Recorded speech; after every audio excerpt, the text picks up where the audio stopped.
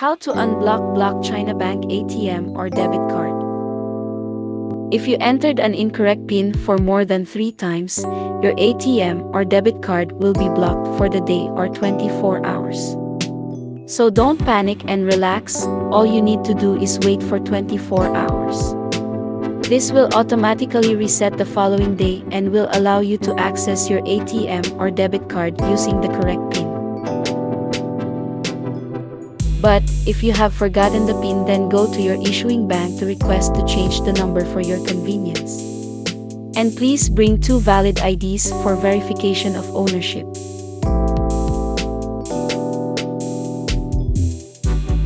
If you have exceeded the allowable retries and been captured by the ATM machine, this means that you need to ask assistance from your issuing bank immediately. They may need to issue another ATM card for you to use with a new PIN. Reminder: upon requesting or reporting the incident, make sure you bring 2 valid IDs to authenticate the ownership. You can also call their customer service hotline or email their customer service.